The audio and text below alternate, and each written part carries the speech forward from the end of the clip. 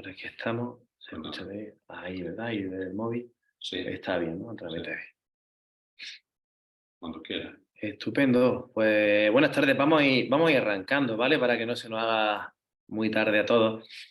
Y bueno, vamos, lo primero, aunque ya lo repitamos, bueno, muchas gracias a los que estáis sacrificando vuestras siestas por estar aquí acompañándonos. Bueno, esta charla realmente es se ha concebido como una toma de contacto, ¿no? Porque tenemos en mente realizar una jornada de la mujer en marzo. No sé si caía el fin de semana en el 5 o el 4 de marzo, en conmemoración del Día de la Mujer, en el que traeremos algunas compañeras astrofísicas y haremos una serie de actividades pues, bastante interesantes el día completo aquí en el complejo de los Colorados. Pero bueno, hoy queríamos hacer una toma de contacto e ir dando algunas pinceladas sobre este mundo de la mujer en la ciencia, en concreto en la astronomía, que como en muchos sitios, pues se ha visto tapado, ¿no? Tapado por muchas otras circunstancias y hoy en día, pues bueno, se conoce relativamente poco. Poquito a poco se va dando su importancia y va consiguiendo su hueco, pero hay mucho en la historia que ha quedado ensombrecido. Y bueno, queríamos dar pues unas pinceladas de luz sobre esta situación, ¿no? Y sobre, bueno, mujeres que han hecho historia, algunas reconocidas, otras no tanto, pero bueno, mujeres gracias a las cuales pues, hoy podemos estar aquí. Pero que es posible que si hubiera faltado alguna de ellas, algunos de sus descubrimientos, pues hablaríamos de otra cosa muy distinta. Entonces, bueno, antes de meternos en eso, nosotros queremos también presentaros el lugar desde donde nos encontramos.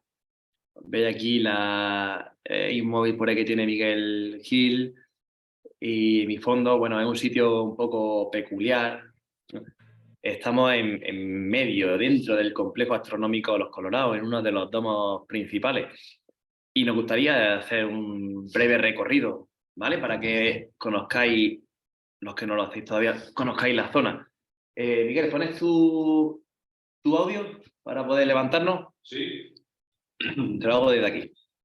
Aquí aquí. y... Voy a activar audio. Pues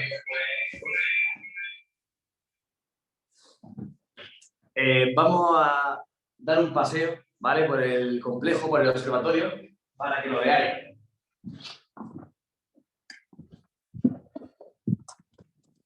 No sé si me escucháis bien, yo espero que sí. Hay un poco de viento hoy, pero bueno, comparado con los días anteriores, la verdad que sí está bastante bien. Bienvenido al complejo astronómico Los Colorados. Aquí tenemos, bueno, lo que sería el foro griego, ¿no? La zona, el teatro, donde hacemos nuestras charlas, talleres, conciertos, presentaciones teatrales, hacemos las degustaciones de comida, bebida, todo lo hacemos en este teatro con capacidad para 50, 60 personas. Hoy, si el día hubiera estado bien, sin nubes, sin viento y con tiempo, pues esto lo habría estado aquí la gente para la recepción de las charlas, no habría hecho falta hacerlas online, pero bueno, al final el tiempo es el que manda y las circunstancias también. Todo esto realmente surge, aunque nuestra cabeza estaba hace mucho tiempo, empieza a tomar cuerpo hace unos 3 años, cuando ya nos decidimos a montar esto que veis aquí, este tinglao. Y bueno, la idea era hacer astronomía, divulgarla, que es lo que más nos gusta, pero queríamos unirla a un montón de otras cosas, un montón de disciplinas. Miguel, esto por si entra alguien, por si hay que aceptarlo de ahí. Vale, sabes que lo mismo hay alguien esperando.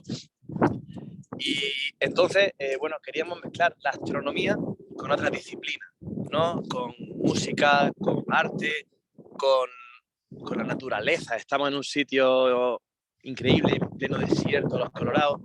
Desde ahí podéis ver un poquito, estamos en una llanura enorme, a 1000 metros sobre el nivel del mar. Se ven las principales sierras desde aquí, Sierra Nevada, Sierra de Baza, allí tenemos el Jabalcón, el Mencá, la Sierra de Cazorla. Y bueno, aquí es donde hemos situado nuestro nuestra pequeña porción de Marte, el complejo astronómico Los Colorados, llamado así porque estamos al lado del desierto de Los Colorados.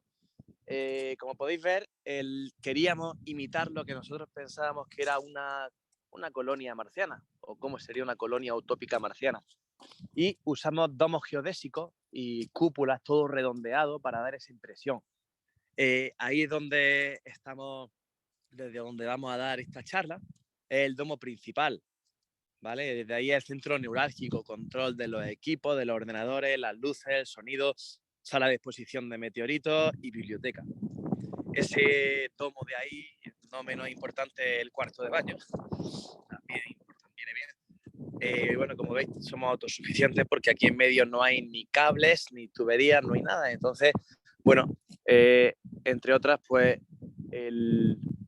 usamos la energía, va por paneles solares, ¿vale? No teníamos otra opción, así que al final, bueno, intentamos ser lo más sostenibles posible. Y aquí tenemos las 4 cúpulas que tenemos por ahora, 3 pequeñas para control remoto, ¿vale? Manejada a distancia, para investigación, para fotografía, y una más grande desde la cual podemos hacer visitas desde su interior. Dentro tenemos un telescopio bastante grande y para grupos pequeños pues podemos introducirnos dentro y sentirnos como si estuviéramos en una nave espacial. Estas cúpulas han viajado desde muy lejos, vienen desde Polonia y bueno, su llegada ha sido una aventura bastante grande. Entonces, bueno, pues este es nuestro lugar, ¿no? Nuestro pequeño reino por ahora. Es verdad que todavía quedan muchas cosas por hacer. Allí en aquel círculo que se ve, aquellos círculos concéntricos, irá otra cúpula aún más grande, ahí va otro domo geodésico que usaremos de planetario, también con un proyector de imágenes del cielo. Y en un futuro hay proyectado, bueno, pues otras ampliaciones, unos domos dormitorios para poder pasar la noche, un radiotelescopio y bueno, pues ya poquito a poco iremos intentando crecer, ¿no? Acompañados de todo el mundo que quiera acompañarnos. Para ello, pues organizamos actividades todos los fines de semana, actividades, pues como os decía antes, muy variadas, ¿no? Desde conciertos benéficos hasta cursos, charlas, la noche de los niños en la que lanzamos cohetes de agua y es bastante divertido para niños y para mayores. Y hoy, bueno, pues vamos a hacer esta introducción al mundo de la astronomía, pero teniendo en cuenta a sus protagonistas femeninas, ¿vale? Que como decía, para los que habéis llegado, pues llevan tanto tiempo en la sombra. Nos introducimos en el domo principal y bueno, aquí tenemos equipos de observación, en fin, tenemos un piano, otros telescopios, ahora mismo es casi un almacén. Fijaros, aquí tenemos los grandes ventanales desde donde trabajamos, esta es la mesa de trabajo, como veis tenemos unas vistas interesantes, que vemos todas las cúpulas aquí. Es que la verdad que se está a gusto y además estos días que hace fresco, aquí se está muy calentito. Vale. Tengo aquí vuelvo a mi silla, veo que somos ya algunos más. Así que, si os parece, pues bueno, voy a contar un poco pues, el papel que ha tenido la mujer a lo largo de toda la historia y cosas que en algunos casos pues, se conoce y es públicamente reconocido y en otros pues todo lo contrario. Y de hecho, hasta que han pasado muchos cientos de años, más de 1000, pues bueno, no se ha dado a conocer y no se ha reconocido de manera adecuada. Voy a compartir una presentación que tengo aquí. A ver, compartir pantalla. Aquí está. Vale, creo que lo veis todo bien, ¿verdad? Sí, se ve ahí. Estupendo. Bueno, pues como decía, bueno, os voy a enseñar ejemplos de cosas que nos podían sonar, algunas de películas, otras de algunos libros y otras, bueno, pues se escuchan por ahí, pero falta información. Cuando uno piensa en una mujer de ciencia, la mayoría nos viene a la cabeza, ¿no? Hipatia de Alejandría. Si habéis visto la película de Ágora o si habéis leído sobre el tema, bueno, pues es verdad que es probablemente la primera mujer científica de la que hay conciencia, ¿no? Que quedó registro de su trabajo. Seguramente antes hubiera habido, todavía por ahí parecía que en Egipto había registros de alguna, eh, alguna a nivel de más tipo chamán, magia, ¿no? Pero bueno, Hipatia es la primera científica objetiva del cual hay registro. Ella analizaba obras de otros científicos anteriores a ella y coetáneos y hacía anotaciones que complementaban la información que venía y a veces cambiaba, daba sus propios puntos de vista que daban a relucir que era una observadora bastante acérrima del cielo, ¿vale? Bueno, hablábamos de una época en la que además no había contaminación lumínica ninguna y entonces el cielo era bastante distinto al que ahora, o al que podemos ver desde la mayoría de sitios. Y bueno, pues Hipatia tenía una base muy sólida. Fundó además varias escuelas, fue una divulgadora muy importante y se cuenta, no está del todo claro, pero se cuenta que, fijaros, casi 2000 años antes de Kepler, ya predijo la hipótesis de que las órbitas de los planetas podían ser elípticas, ¿vale? Sabéis que los planetas giran alrededor del Sol, en el típico dibujo del colegio aparecen dando vueltas circulares, pero sabemos, ya tenemos la certidumbre desde hace 300 años, de que no son círculos perfectos, sino elipses, algo más ovalada.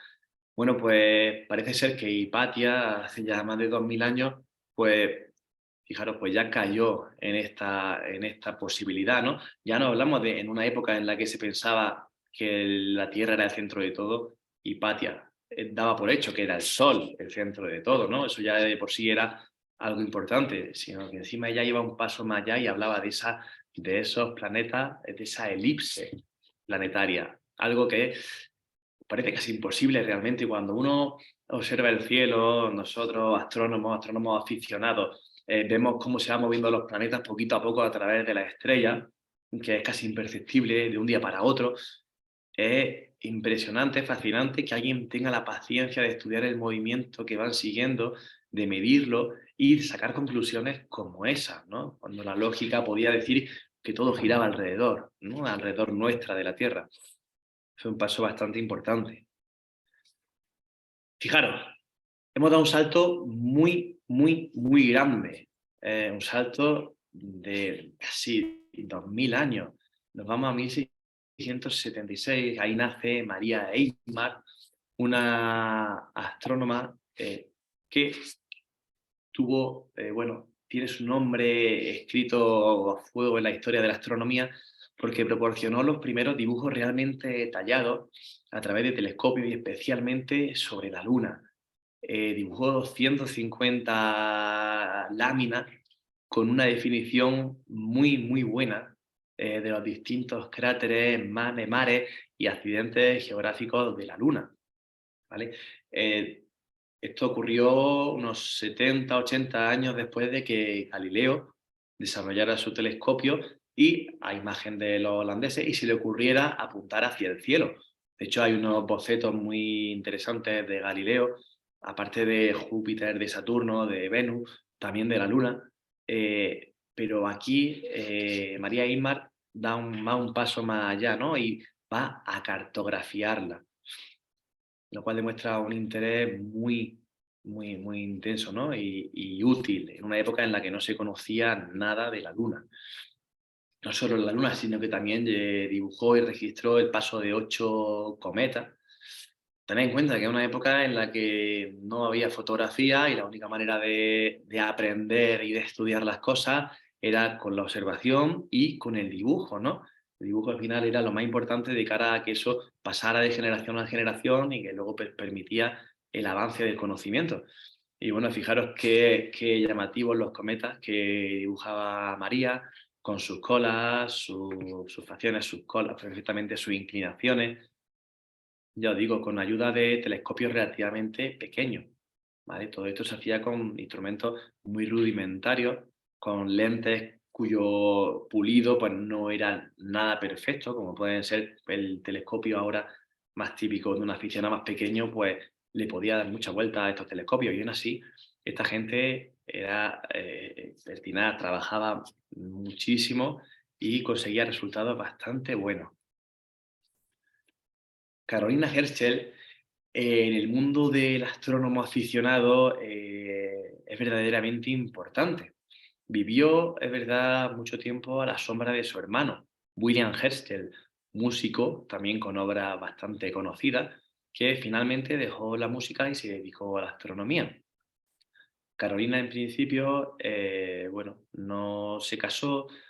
Hablan de que tuvo de joven tifus y alguna otra enfermedad y le quedó alguna pequeña malformación en la cara que hizo que al final, bueno, ella decidiera retirarse, ¿no?, de la vida social y, bueno, se ofreció para trabajar en casa de otras personas.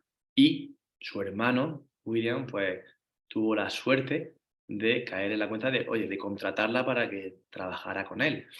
En principio como ayudante, como ama de llaves, pero poco a poco ella fue metiendo la cabeza, ya le encantaba la astronomía desde pequeña y bueno, estudió junto con su hermano, mano a mano, ¿vale? Interminables noches y descubrió pues, bastantes objetos celestes de cielo profundo con su telescopio.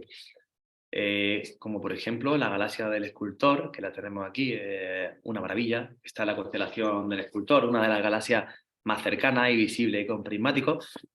Y este cúmulo de estrellas tan bonito, NGC 7789, que, bueno, en honor a ella se le conoce como la Rosa de Caroline, porque efectivamente cuando uno lo ve al telescopio, parecen pétalos formados por cientos de flores, ¿no? Es un grupo de varios cientos de estrellas que nacieron juntas en la misma nube. La nube ya acabó por consumirse y desgastarse, transformada casi por completo en estrellas, y hoy en día, bueno, todos esos astros siguen juntos porque no ha pasado suficiente tiempo como para separarse. Dentro a lo mejor de 100 millones de años, 200 millones de años, cada una de esas estrellas que veis en el centro habrá seguido su camino y perderán todo en esa unión, ¿no? Pero todavía permanecen juntas y es lo que llamamos cúmulo abierto. Nuestro Sol formaba parte daría una imagen parecida hace unos 4.600 millones de años. Lo que pasa que ya, pues, igual que ocurrirá con esta cosa de Caroline, pues nuestro Sol ya hace mucho tiempo que perdió de vista a su hermano. Seguimos avanzando y ahora nos vamos a principios del siglo XX. Estamos hablando de nada, hace muy poquito tiempo. Ahí hubo un verdadero resurgimiento, ¿no? Ha sido un siglo básico, con el sufragio, el avance de la ciencia. Y, bueno, en el observatorio de la Universidad de Harvard, pues ocurrió algo importante. Y es que se empezó a apreciar realmente el trabajo que podía hacer la mujer. A la mujer se le había vetado hasta entonces todo contacto con la universidad, lo es con el trabajo propiamente dicho de la universidad, de docencia, de investigación, de todo, ¿no? Todas las aportaciones que tenemos para la ciencia, para la astronomía antes de esta época, bueno, pues eran, pues como Carolina, eran ayudantes de, o trabajaban a veces con el seudónimo de otra persona, ¿no? De algún conocido varón o un nombre inventado, porque si no, no tendrían ninguna credibilidad y hasta se vería mal. Bueno, pues el siglo XX fue avanzando y la cosa poco a poco, por suerte, fue cambiando. Ahí tenemos a ese señor que ve ahí, Edward Pickering. Era un astrónomo, un astrofísico del observatorio de Harvard. Y, bueno, había escuchado de alguna astrónoma, de estas que os cuento, que trabajaba como ayudante, que tenía un trabajo, hacían trabajo con mucha dedicación, hacía falta mucha paciencia para hacer algunos trabajos concretos en astronomía, y él había escuchado que se le daba bien a esa mujer. Entonces se le ocurrió contrató hasta 13 mujeres, ¿vale? Para hacer unos trabajos bastante complejos y complicados. Realmente, bueno, él se basó un poco en la idea esa de que la mujer era muy ordenada y tenía capacidad para hacer trabajo conciso y meticuloso. También es verdad que en la época en la que estaba, la mujer cobraba mucho menos de la mitad que el hombre, con lo cual, pues Pickering tenía un ejército de trabajadoras a un coste muy reducido, ¿no? Eso también ayudó a su decisión de elegir a todas estas mujeres para trabajar con él. Pero bueno, lo cierto es que, oye, salió la cosa muy bien. Vamos, bien como que cada una de las mujeres que veis aquí ha hecho descubrimientos y aportaciones a la ciencia increíbles, ¿no? Y fue como ya el germen que permitió durante el resto del siglo ir produciendo, que se fuera produciendo este despertar.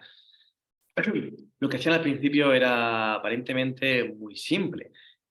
Cogían unas placas de fotografía realizada a través de grandes telescopios, ahí en el observatorio, y se dedicaban a ir estrella por estrella catalogando, ¿vale? Es decir, tenía que decir dónde estaba la estrella, las coordenadas en las que estaba en esa placa fotográfica, y había que medir el brillo y la composición de la estrella, en concreto el espectro. Bueno, eso básicamente el espectro de una estrella, el análisis de su luz, ¿no? Que eso nos permite conocer de qué elementos químicos está formado. Bueno, pues ahí esa ciencia todavía, esa disciplina todavía estaba naciendo, pero ya se podían analizar las estrellas de esta manera.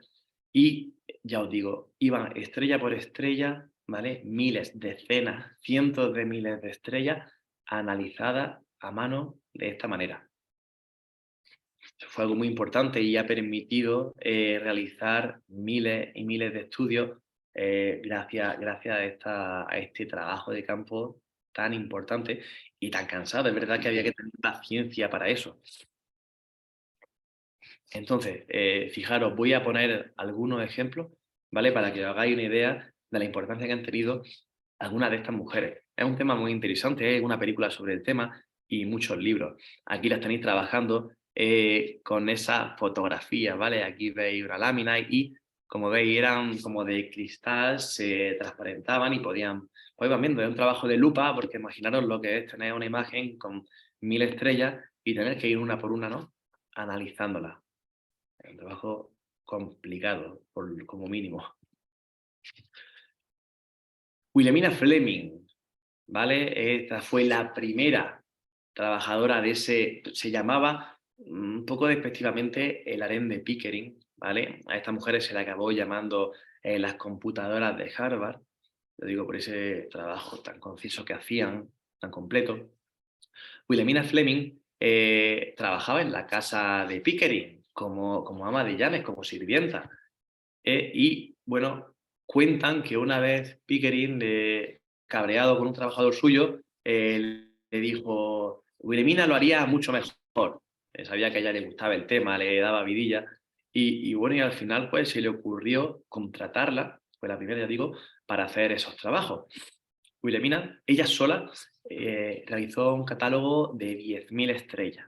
¿Vale? Yo os digo, imaginaros ahí estrella por estrella realizando esa tarea. Además, se le atribuye el descubrimiento de la primera enana blanca. Una enana blanca es básicamente lo que le va a ocurrir al Sol cuando se muera dentro de unos 6.000, 7.000 millones de años. ¿Vale? Cuando una estrella como el Sol se muere, se desprende de sus capas exteriores y queda solo su núcleo, que no tiene capacidad para producir energía, ¿vale? Es un núcleo inerte, y eso es lo que se llama enana blanca. Como podéis imaginar, son pequeñas, son débiles y muy difíciles de ver. Bueno, pues el descubrimiento de la primera enana blanca, 40 Eridani, se le atribuye a Wilhelmina, ¿vale? Y casi todos conocéis esta imagen o la habéis visto en algún cartel, en algo relacionado con la astronomía. Bueno, es la nebulosa de cabeza de caballo. Todo astrónomo aficionado pues sueña con cazarla con su telescopio. Con fotografía es bastante fácil, pero a simple vista es muy difícil. Hay que irse a sitios muy oscuros para verla. Bueno, pues también la descubrió Wilhelmina Fleming, junto a otras cosas, ¿vale? Descubrió varios cometas, supernovas, es decir, su trabajo es enorme. Trabajó muchos años, varias décadas, y la verdad que lo aprovechó. Lo aprovechó y se aprovecharon, porque dio pie a un montón de estudios, como digo, y de otras cosas, siempre a nombre de los hombres que trabajaban, ¿no? Sobre ella, sobre todo de Pickering. Annie Young Cannon, otra gran mente de esas computadoras de Harvard, Fijaros, ella, si Wilhelmina había catalogado 10.000 estrellas, Annie Jam Cannon catalogó 350.000, que se dice fácil. Y fue perfilando esa clasificación de las estrellas que os decía que se basaba en el análisis de su luz. ¿Vale? Aquí tenéis un ejemplo, tenéis 7 bandas, cada una hablando de un tipo de estrella. El tipo O, el tipo B, A, F, G, K, M. Ese se llama el espectro de la estrella. Y como veis, en ese arco iris es la luz de una estrella que llega a un espectrógrafo, a un aparato capaz de analizar esa luz y entonces descompone la luz en ese arco iris. Y al hacerlo, aparecen unas bandas en determinados lugares. Con el tiempo se vio que esas bandas estaban indicando la composición de la atmósfera de la estrella. ¿Vale? Así que analizando la luz podíamos ver de qué estaba hecha. Fijaros que en el tipo, por ejemplo, esas 2 líneas que marca ahí pone helio. Y las líneas que marca, la palabra de arriba pone hidrógeno, ¿no? Entonces, fijaros, en una época en la que no se sabía ni lo que era una estrella, ya con esto se podía averiguar hasta de qué estaba hecha. Cuando tenía carbono aparecían otra serie de líneas. Cuando aparecía magnesio, oxígeno, nitrógeno, pues es como una huella digital, ¿no? Y es importante, es algo básico, ¿no? Importante, es básico y gracias a eso la astronomía ha avanzado. Es decir, sabemos hoy millones de cosas gracias a este espectro que hoy en día se sigue utilizando. Esta mujer lo hizo hace 100 años, hace más de 100 años ya. Y hoy en día es algo básico, ¿vale? Para todo el que empieza astrofísica y al que continúa, es básico. Cecilia Payne. Cecilia Payne, bueno, entre otras cosas, consiguió el primer doctorado en astronomía en la Universidad de Radcliffe. No hablo del primer doctorado en mujeres, sino del primer doctorado en general, ¿vale? Fue la primera profesora asociada en Harvard, donde había trabajado en ese harén de Pickering. Y su trabajo, su tesis doctoral, consistió en la composición del Sol. Algo tan cercano, no se sabía realmente de qué estaba hecho realmente, de qué estaba hecho, y Cecilia, bueno, pues lo averiguó y averiguó realmente lo que eran las estrellas, ¿no? La naturaleza de las estrellas se lo debemos a Cecilia Payne. Eh, la catalogación, o sea, pasó a la historia esta frase que dijeron de ella, dijo el rector de la universidad, dijo, indudablemente la tesis doctoral en astronomía más brillante de la historia, ¿no? Por la perfección con la que estaba escrita. Es verdad que es interesantísimo, es un trabajo que a todo el que se mete en este mundillo, pues es interesante que lo lea. No es muy largo y es ameno de leer, está en inglés, eso sí, pero la verdad que es un gustazo leerlo, ¿no? Y no es raro que tuviera esa catalogación, ¿no? Como la tesis doctoral más brillante y mejor hecha. Henrietta Swan Leavitt, bueno, quizá una de las personalidades más importantes de toda la historia de la astronomía. ¿Vale? Todas las que estoy diciendo son básicas y han permitido que luego se den otros pasos, pero Henrietta, bueno, le debemos muchísimas cosas. Ella se le encargó, entre otras cosas, cuando trabajaba con Pickering en Harvard, se le encargó el análisis de estrellas en las nubes de Magallanes. Las nubes de Magallanes son una galaxia, son 2 galaxias, la pequeña nube de Magallanes y la gran nube de Magallanes, que están orbitando en torno a nuestra Vía Láctea. Son galaxias satélites, ¿vale? Que un día nuestra Vía Láctea las atrajo con la gravedad y están ancladas como si fuera la Luna a la Tierra, ¿no? Poco a poco la Vía Láctea se va robándole estrellas y en un futuro acabará devorándolas por completo, pero todavía siguen ahí. Es verdad que para disfrutarlas pues hay que ir al hemisferio sur, tenemos que viajar allí, por eso el hemisferio sur al final es el paraíso del astrónomo, ¿no? Es como la meca del astrónomo del hemisferio norte, entre otras cosas por esas nubes de Magallanes, que se ven a simple vista como unas manchas en el cielo brillantes. Bueno, pues Henrietta, que vio que en la nube pequeña de Magallanes había, catalogó 1.700 estrellas variables. ¿Eso qué significa? Variable, bueno, pues que presenta un brillo variable, es decir, que de momento brilla más, pasan las horas o días y va brillando menos, luego brilla más, brilla menos, de manera periódica van cambiando su brillo. Solo eso serviría para esto que veis aquí, para calcular la distancia a las estrellas y a las galaxias, para conocer nuestra verdadera posición del sistema solar en el universo y para conocer que el universo, para concretar, que se encuentra en expansión. O sea, fijaros qué cosas más grandes, ¿no? Qué conceptos más enormes a raíz de eso, del estudio de esas 1.700 estrellas variables y, en fin, una dosis de ingenio. ¿Vale? Me gustaría que entendierais cómo fue también, porque eso es un caso práctico que todos podemos además observar desde nuestra casa y es verdaderamente interesante de hacer. Para entenderlo, hay que entender, bueno, que cuando hablamos del brillo de una estrella, podemos pensar en dos cosas. Es decir, por un lado tenemos la magnitud aparente. ¿Eso qué es? Es el brillo de una estrella tal cual la veo yo. ¿Vale? Es decir, según la luz que me llega al ojo, con estrella puedo decir, mira, aquella es muy brillante y aquella es más débil. ¿Vale? Y luego eso en astronomía está cuantificado, ¿no? Por magnitudes. Una estrella de primera magnitud es más brillante que una estrella de segunda magnitud. ¿Vale? De manera que una estrella de magnitud 6 ya casi es imperceptible por el ojo. Tenemos que estar en lugares oscuros para poder ver una estrella de magnitud 6, 6 y poco. Aquí en el complejo vemos de 6,5 en Nochebuena. Y ya a partir de magnitud 7, pues tenemos que irnos a unos prismáticos. Un telescopio ya puede ver hasta magnitud 13, 14 fácil. Y ya, pues, en fin, cada vez podemos ver más lejos, ¿no? Pero básicamente eso es como la vemos nosotros desde nuestro punto de vista.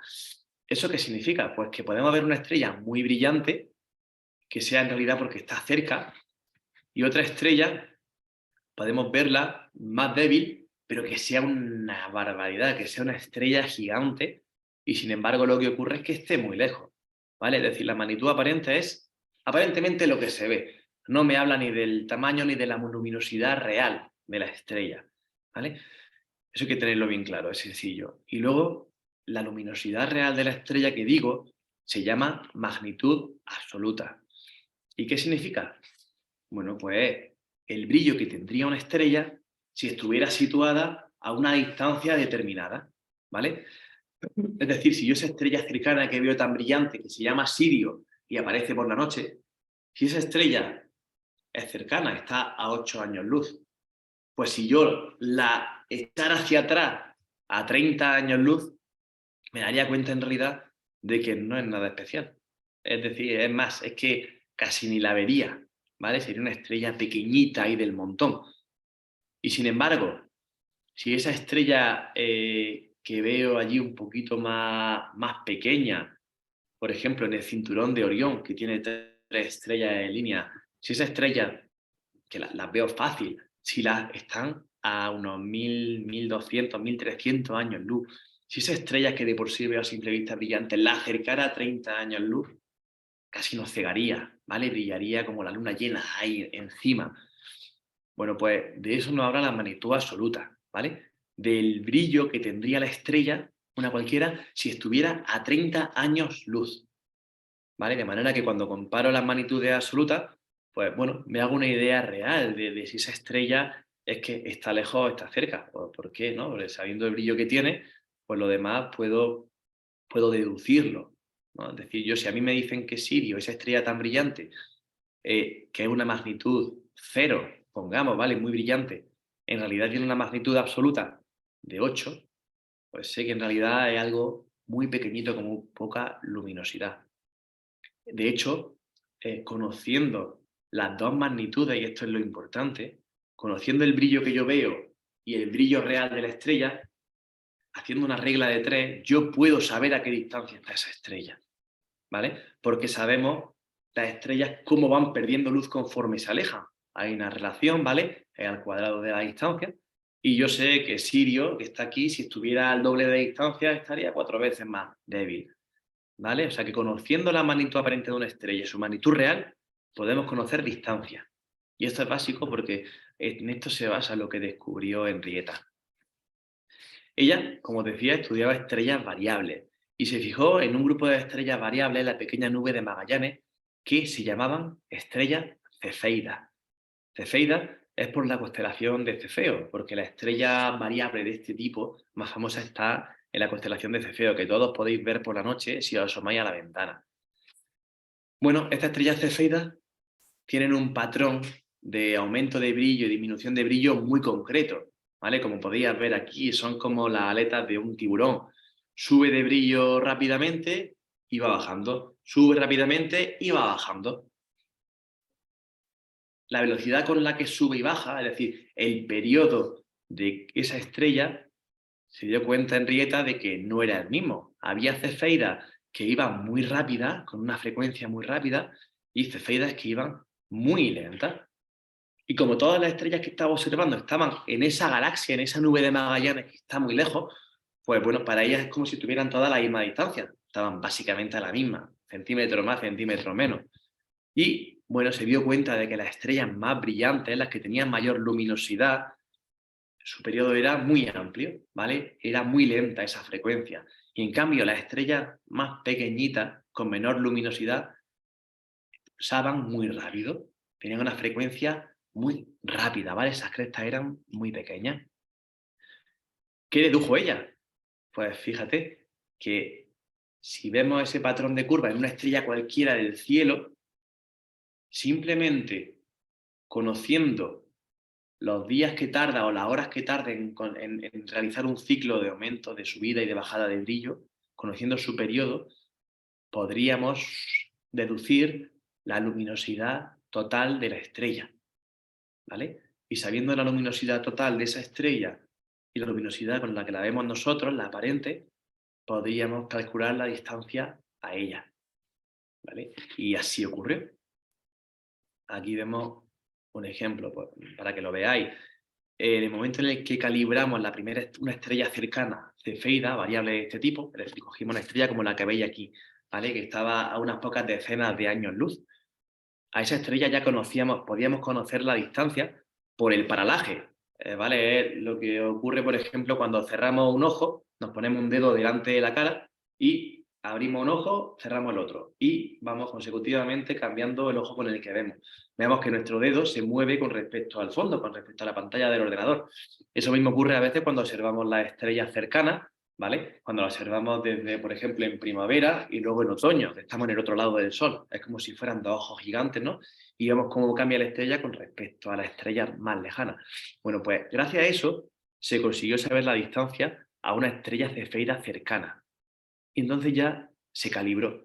Es decir, conocíamos la distancia a esa estrella, conocíamos el patrón que seguía esa periodicidad de brillo y, por ejemplo, si veíamos una estrella más lejana y pequeñita, pero tenía el mismo patrón de brillo, las mismas frecuencias, sabíamos que tenía la luminosidad total que tenía la otra. Es decir, gracias a esa calibración pudimos inferir la distancia no a estrellas cercanas, sino a estrellas lejanas y voy más allá, incluso a galaxias. Esta, algunos os sonará, es la galaxia de Andrómeda, M31. Es una de las galaxias, la galaxia grande es la más cercana a nosotros, ¿vale? Es nuestra hermana extragaláctica. De hecho, está tan cerca que había escuchado hablar de la obra La amenaza de Andrómeda, ¿no? Realmente Andrómeda viene hacia nosotros y nosotros hacia ella, de aquí a unos 3.900 millones de años, ahí en nada, pues chocaremos. Bueno, chocaremos. Tampoco será algo muy llamativo porque hay tanta distancia entre las estrellas que no habrá explosiones, ¿vale? Pero nos uniremos a ella y formaremos una sola galaxia redondeada, grande, elíptica, gigante. Bueno, pues Henrietta ya había sentado las bases del mundo de las estrellas cefeidas, de las variables cefeidas, y había establecido esa relación entre el periodo y la luminosidad de la estrella. Bueno, pues con eso, Hubble, que a todos os sonará, por el telescopio Hubble, ¿vale? Edwin Hubble vivió también a principios de siglo, fue un astrofísico importante, y el que encontró, observando la galaxia de Andrómeda con el telescopio de Monte Palomar, encontró una estrella, que es la que veis aquí en estas 4 fotografías que se han tomado posteriormente, y vio que esa estrella, de un día para otro, cambiaba de brillo, ¿vale? Empezó a ponerlo en una gráfica y vio que seguía un patrón de estrellas cefeidas. Aquí veis la diferencia, fijaros, entre, por ejemplo, el 17 de diciembre y el 30 de diciembre. Aquí la tercera fotografía, fijaros cómo esa estrella central ha cambiado de brillo con respecto a la otra, ¿vale? Pues bueno, él calculó el periodo y gracias a eso dedujo que Andrómeda estaba situada a una distancia de 1 millón de años luz. Estamos hablando de una época en la que no se sabía, o sea, había un debate enorme entre si todo lo que veíamos en el universo formaba parte de una sola galaxia, digamos, de un solo universo de estrellas, o si las nubecillas que se veían por ahí lejanas eran galaxias, otro universo, isla, otra galaxia muchísimo más lejana. Y Hubble, con este cálculo, zanjó el asunto. Ahí arriba tenéis la estrella responsable de uno de los grandes cambios en la ciencia, en el mundo, en la astronomía. Fijaros, el 6 de octubre de 1923 fue cuando él escribió ahí bar, de variable, ¿no? Era algo importantísimo, porque ese hecho ya permitía, conociendo su periodo, lo que hablaba antes, sabiendo su periodo, conocíamos su brillo real, y como sabíamos el brillo aparente porque lo podíamos medir y cuantificar, pues sabíamos la distancia. Y se supo que estaba a 1 millón de años luz. Hoy sabemos que está todavía más lejos, está a 2,5 millones. Pero ya en esa época se saltó la barrera de ese universo cerrado y se supo que Andrómeda, que es como otras nubes, estaban situadas más allá de nuestra galaxia, ¿vale? Con lo cual se amplió el tamaño del universo de unos pocos miles de años luz a muchos, muchísimos, muchísimos millones, ¿vale? Y miles de millones. Eso fue la primera vez y esto se ha aplicado a galaxias que están mucho más lejos, ¿vale? Y todo esto fue gracias al trabajo y la dedicación de Henrietta, si no habría sido totalmente imposible. Bueno, más adelante alguien habría caído en eso, seguro, ¿no? Somos mucha gente en el mundo y hay gente muy lista, pero fue Henrietta la que con tantos años de dedicación al final cayó en la cuenta de esa relación.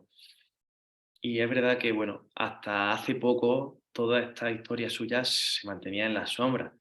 Ya en los últimos años cuando se empieza a dar la importancia que tiene a todo esto, ¿vale? Porque, bueno, el telescopio que hay arriba se llama Hubble, no se llama Henrietta, ¿no?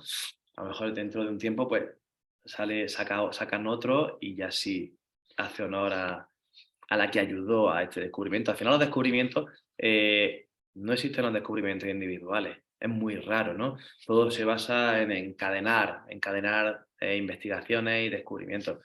Aquí el tema fue en la poca mención y en la poca gratitud que hubo después hacia ella, en las siguientes décadas, que esto fue un bombo, ¿no? A nivel mundial.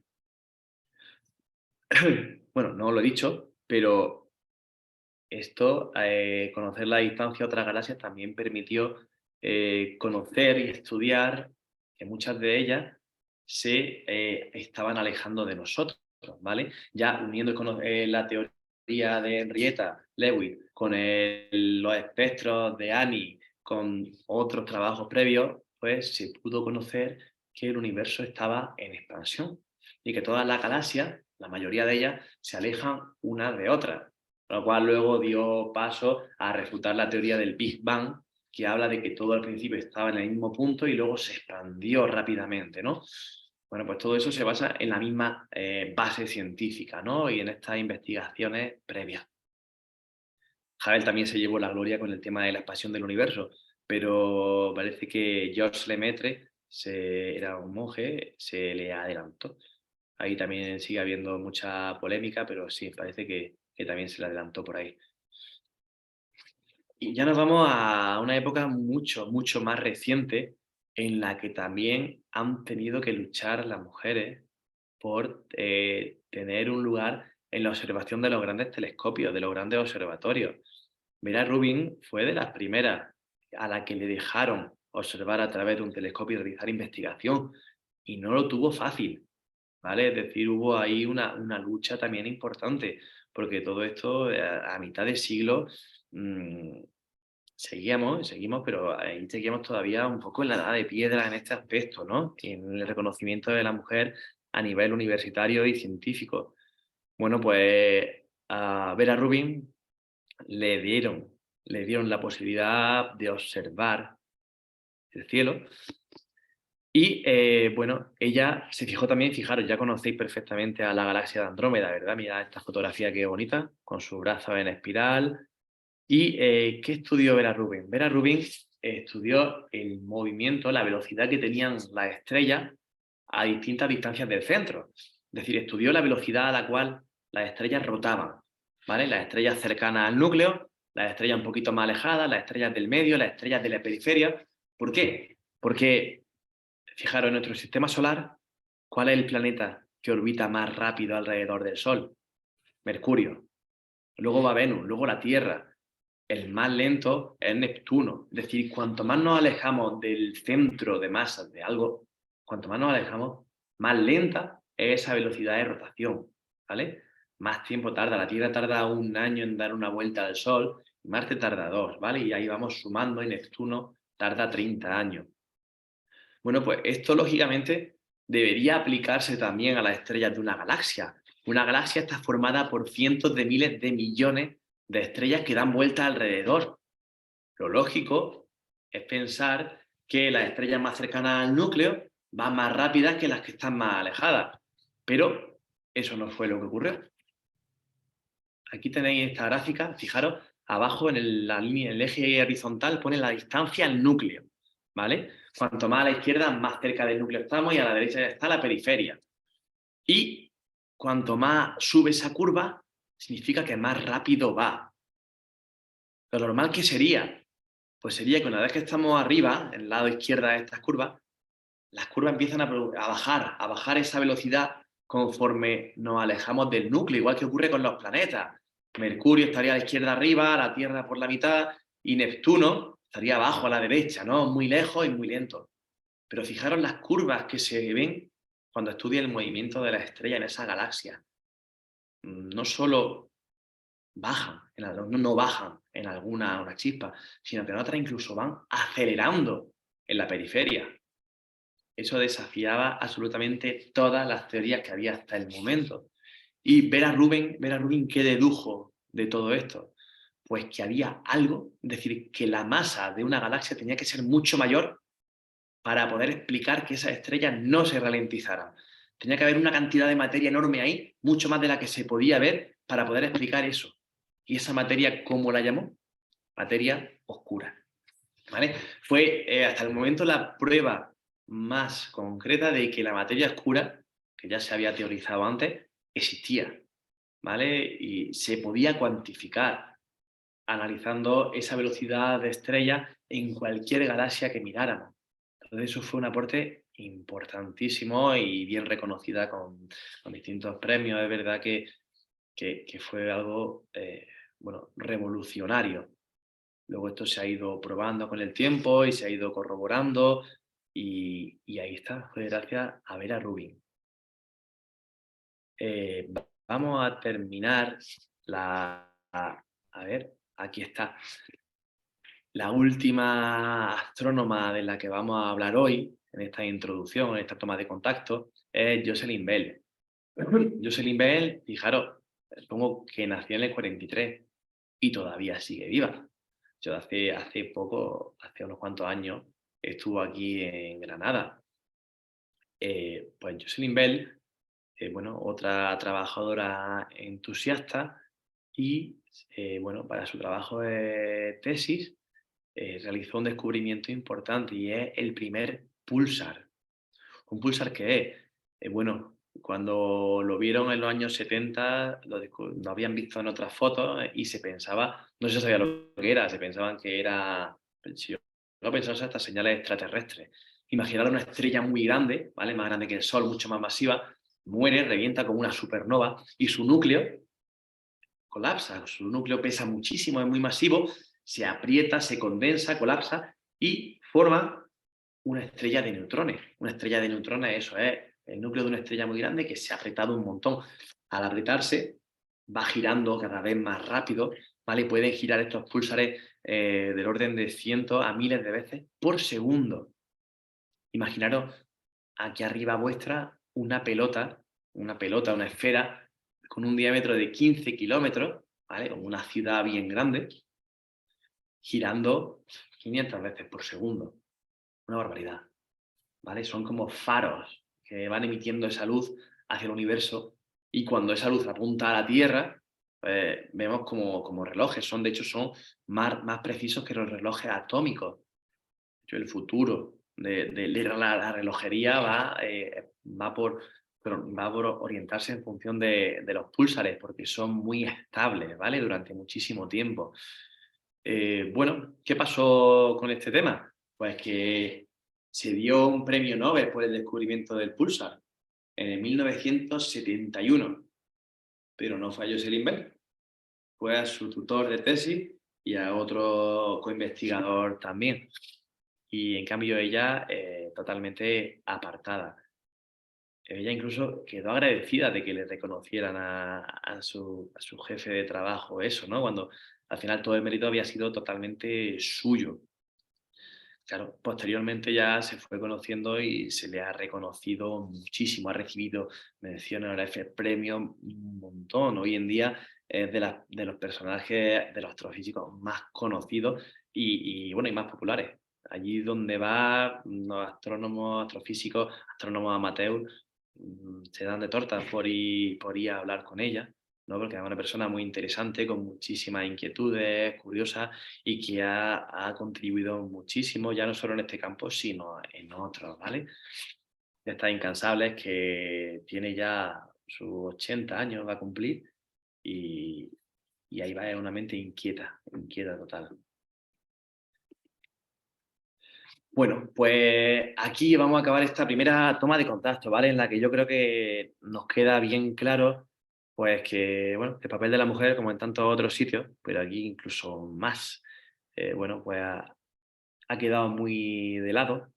Y es verdad que poco a poco ya sí se va reconociendo, pero no sé, a saber la de mujeres científicas que por estar a la sombra no han podido contribuir con su idea y sus cosas, ¿no? Da que pensar todos los parones que ha habido, todo durante la Edad Media, todo, ¿no? ¿Qué habría pasado si la mujer hubiera tenido un papel más completo, ¿no? Y hoy en día. Hoy en día es verdad que la cosa, por suerte, está cambiando. Es decir, cuando uno ve las publicaciones de científicos, ve un montón de nombres de mujeres, astrofísicas maravillosas, conocemos un montón. De hecho, nosotros tenemos varias amigas, trabajan en el Instituto de Astrofísica de Canarias, en el de Andalucía, en varios lados, que es fascinante el trabajo que llevan a cabo, con las ganas con las que lo hacen. Además, muchas de ellas son divulgadoras. Da alegría, ¿no? Ver que las cosas cambian. ¿No? Todavía queda mucha tarea, pero bueno, poquito a poco esperemos que vaya la cosa avanzando. Por nuestra parte aquí encantado de que quien quiera colaborar con nosotros, ¿vale? A nosotros nos da igual que sea hombre o mujer, con los brazos abiertos, estamos aquí, ¿vale? Así que si queréis meteros en el mundo, conocéis a gente que le interese, niñas, jóvenes, mayores, da lo mismo, ¿vale? Aquí estamos con las puertas abiertas y nada, si os ha gustado, en marzo, ya os digo, haremos unas jornadas presenciales ya anunciadas con tiempo. Contaremos con un montón de actividades y la presencia aquí de algunas de estas astrofísicas que os comentamos, pues que vendrán a pues, hacernos la boca agua y aprovecharemos, haremos observaciones astronómicas y vamos a echar un día muy interesante, ¿vale? Así que bueno, estad atentos que ya os avisaremos. Y muchísimas gracias por vuestro interés y por estar aquí compartiendo con nosotros este rato. Esto aquí, ya está, vamos a dar por concluida esta primera sesión del mundo de la mujer. Hay para mucho más, ya os contamos. Pero bueno, por hoy creo que ya va bien, sobre todo para hacernos una idea. No sé si tenéis alguna pregunta, alguna inquietud.